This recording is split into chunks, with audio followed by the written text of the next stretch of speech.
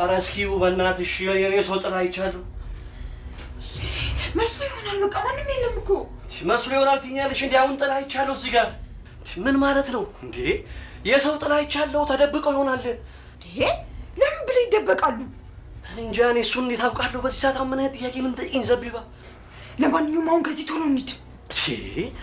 ተደብቀው የሆነ ነገር ቢያደርጉንስ? እኔ ቀድሜ እወጣለሁ፣ አንተ ተከተለኝ እሺ?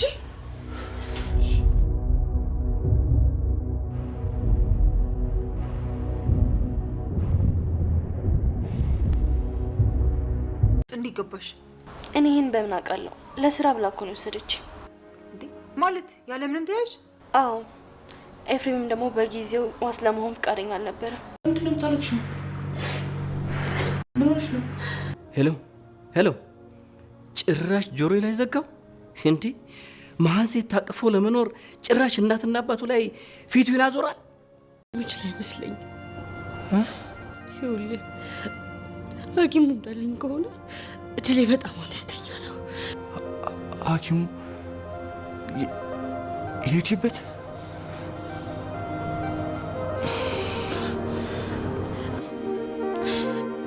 እናት መሆን አልችልም።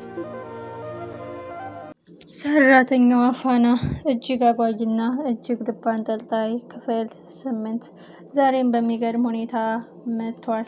በስተመጨረሻም ፋና ከታገተችበት ቤት አመለጠች። ኤፍሬም ፋናን አስመለጣት። ኤፍሬም ፋናን ነፃ ወጣት። የሚያሳዝነውና ልብ የሚሰብረው ጉዳይ ግን አሁን ደግሞ ሌላ አጣብቂኝ ቤት እሳት ገባ አልቀረችም። ዘንባባ ለምንድን ነው ፋናን እዛ ቤት ማስገባት የፈለገችው? ለምንድን ነው ግን የኤፍሬምን ሚስትና የገዛ ባሏን መበቀል የፈለገችው? ለዚህም ፋናን ለምንድን ነው መሳሪያ ማድረግ የፈለገችው? ኤፍሬም በድጋሚ ሌላ ቤት ስለገባች ፋና እጅግ ተበሳጭቷል። ነፃ ወጣዋት፣ ከሞት አፋፍ ላይ አዳንኳት እያለ ደስታውን አጣጥሟ ሳይጨርስ በድገን ተሰውራ ተደብቃ ሄዳለች። ለሱ ችግርና ችግር ብቻ ነው እያመጣውበት ያለው በማለት የወሰደችው እርምጃ ምን ያህል ያዛልቃታል፣ ምን ያህል ዋጋ ያስከፍላታል የሚለው እጅግ አጓጊ ሆኗል። ውድና የተከበራችሁ ቤተሰቦች ፋና እንግዲህ በየመንገዱ በየገባችበት ቤት እንቅፋትና ፈተና ነው እየበዛባት የነበረው። ብዙ አጣብቂኝ ውስጥ ስትገባ ነበረ። አሁን የገባችበት ቤትስ የእውነት እንቅፋትና ዳገትና ቁልቁለት የሞላበት ይሆን ወይስ አሁን እንዳየነው ከሆነ የገባችበት ቤት ሚስቱ ልጅ እንደማትወልድ በዜና ሰምተናል። ስለዚህ እባክሽን ሚስቴን ከምፈታ ከአንቺ ልውለድ ብሎ እንደመጠቀም ይሞክር ይሆን የሚለው ነገር ነው የሚያናድደውና ልብ የሚሰብረው ጉዳይ። ግን መምህሯ በጭራሽ ሰው ቤት እንድገቢ አልፈልግም፣ እገባለሁ፣ ለአንተ ችግር መሆን አልፈልግም እያልሽ የሄድሽበት ርቀት ነው ወጥመድ ውስጥ አጋቾች ውስጥ ኩላሊት እያወጡ የሰዎችን ነፍስ በቀላሉ የሚያጠፉ ጨካኞች የወደቅሽው እያለ ለመምከር ቢሞክርም እሷ ግን ለኔ ብለህ ከሚስት ተጣላህ፣ ለኔ ብለህ ከሰዎች ጋር ተደባደብክ፣ ለኔ ብለህ ከባድ ወንበዴዎች ጋር ግብግብ ፈጠርክ፣ ከዚህ በላይ በእኔ ብቻ ሳይሆን በአንተ ህይወት ላይም ያሰጋኛል፣ እኔ ካንተ መራቅ አለብኝ ብላ የወሰነችው ውሳኔ ፋና ምን ያህል ይጸጽታታል ወይስ ምን ያህል ይጠቅማታል? ዘንባባስ ለምንድን ነው ፋና ከኤፍሬም ቤት ወጥታ እዛ ቤት እንድትገባ የፈለገችውስ? የእውነት አንቺ ግድ የለም ሌላ ቤት የምታገኘውን ገንዘብ ኤፍሬም ይከፍልሻል። ተረጋጊ። ኤፍሬም ላንቺ በጣም ያስብልሻል። ታግተሽ ሳለ አድራሻሽን ለማግኘት የወረደው ቁልቁለት የወጣው አቀበት አትጠይቂኝ። በጣም ነው የሚጨነቅልሽ። የአንቺን ውድቀት የአንቺን ክፋት አይፈልግም። እንደምታውቂው ከሚስቱ ጋር ተለያይቷል። ከጎኑ ሁነሽ አንቺ ብትንከባከቢውና ያቺ ክፉ ሚስት ያደረሰችበትን ህመምና ስቃይ እንዲረሳ አብረሹ ብትሆኝ መልካም ነው። ተባብረን እነሱን እንበቀላቸዋለን። እኔንም ትዳር አለ ብዬ ደፋ ቀና እያልኩኝ ቁማር ለተጫወቱብኝ፣ እሱም ታማኝ ሚስት አለችኝ ብሎ ቁማር ለተበላው፣ አንቺም ጥሩ አሰሪዎች አሉኝ ብለሽ መጥፎ ለሰሩብሽ እንበቀላቸዋለን እያለቻት እያለ ፋና በዘንባባ ሀሳብ ተስማምታ ሌላ ቤት መግባቷ ምን ይሉታል? አሁን የገባችበት ቤት ፈተና ያለበት ወይስ ስኬትና ደስታ የሞላበት? አባትየው ትዳር ውስጥ ልጅ ያስፈልጋል። ልጅ ያስከብራል። ልጅ የደስታ ምንጭ ነው። ልጅ ወደ ቤትህ እንድትገባ ጉጉት ይፈጥርብሃል። ልጅ ውለዱ እያለ እንግዲህ የሚጨቀጭቀው ይህ አባት አያት መሆን ይፈልጋል። የልጁን ዘር ማየት ይፈልጋል። ልጅ ደግሞ መሀን የሆነች ሚስት አለችው። በዚህ መሀል ፋና ሰራተኛ ሆና መታለች። የአባቱን ጥያቄ ይመልሳል ወይስ የሚስቱን መካንነት ተቀብሎ ፈጣሪ የሰጠውን በጸጋ ተቀብሎ ይኖራል? ወይስ የአባቱን ደስታ ለማስደሰት ፋናን እንደ ፍቅረኛ ይዞ መሀን ሚስቱን አስወጥቶ ወይም ከሚስቱ ጋር ተባብሮ በምክክርና በንግግር አባቴ አንቺን እንድፈታ ይፈልጋል።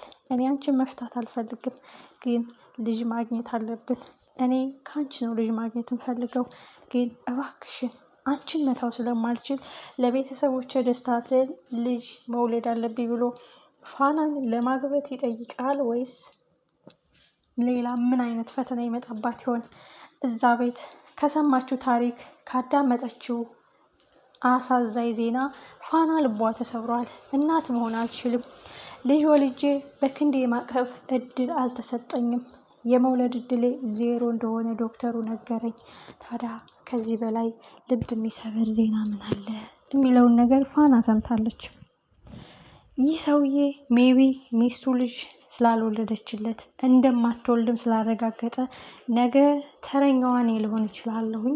ልጅ ለማግኘት ሲል እኔ ጋር መምጣቱ አይቀርም። ልጅ ለመውለድ ሲል እኔ ሊተናኮለኝ ይችላል በሚል ስጋትና ጭንቀት ይሆን ፋና እንደዛ በድንጋጤና በተሰበረ ልብ ቁማ እንባዋን እያነባች ወሬያቸውን በተረጋጋ መንፈስ ሳይሆን በጭንቀትና በድንጋጤ ስታዳምጣቸው የነበረው። ከእንቅፋት አትውጪ ከፈተና አትራቂ የተባለች ይመስል ፋና እጅግ በሚያሳዝን ሁኔታ አሁን ደግሞ ልብ የሚሰብር ታሪክ ነው የሰማችው። ይህ የገባችበት ቤት እንቅፋትና ፈተና ይበዛባታል ወይስ ያለፈው ህይወቷን የሚያስረሳ ደስ የሚል ህይወት ይሆን የሚያጋጥማት ወይስ የሚለው በቀጣይ ክፍል እናየዋለን። ውዶች እንግዲህ በመሀል ለሚገባብኝ አንዳንድ ድምጾች ትልቅ ይቅርታ ጠይቃለሁኝ። ለምታበረታቱኝ ለምታግዙኝ እጅግ አመሰግናለሁኝ። ከሌላው የተሻለ ለመስራት እሞክራለሁ። ከባለፈው ስህተት ተምሬ አስተካክዬ ለመስራት እሞክራለሁኝ። ፈጣሪ ከፈቀደ ደግሞ ፍቃዱ ከሆነ ወደፊት የተሻለ ቦታ ስንደርስ በራሳችን በንጹህ ስራ ለመምጣት እንሞክራለን። ሁሉም ከዜሮ ነው እና የሚጀምረው። የሰው ነገር አትጠቀሙ እያለ እንግዲህ ያው ካምፓኒውም ህጎቹን ጠበቅ እያደረገ ነው። አንድ ስህተት ካገኘንም ቅጣቱ በዛው ልክ ነውና አንድ ስህተት ካገኘ እንግዲህ ቅጣቱ በዛው ልክ በጣም ከብዷል። ከ4000 ሰዓት ወደ 8000 ሰዓት አድጓል። ስለዚህ ተጠንቅቀን የተሰጠንን እድል ተጠንቅቀን መጠቀም የኛ ግዴታም ነው። አንዳንድ ጊዜ ደግሞ ከስራ አለመመቻቸት አንዳንድ የሚያጋጥሙ ቴክኒክ ችግሮች አሉ። የራስ የሆነ ንጹህ ስራ አለመስራት ያጋጥማልና በተቻለን አቅም ግን መተጋገዝ አለብን። እንደዚህም እየደከምን እይታ መኖር አለበትና ባካችሁን ፕሊዝ ሰፖርት እንደራረግ። አንዳችን ለአንዳችን ምርኩዝና ድጋፍ እንጂ አንዳችን ለአንዳችን እንቅፋትና ውድቀት መሆን የለብንም እላለሁ ውዶችዬ። በተረፈ አመሰግናለሁኝ።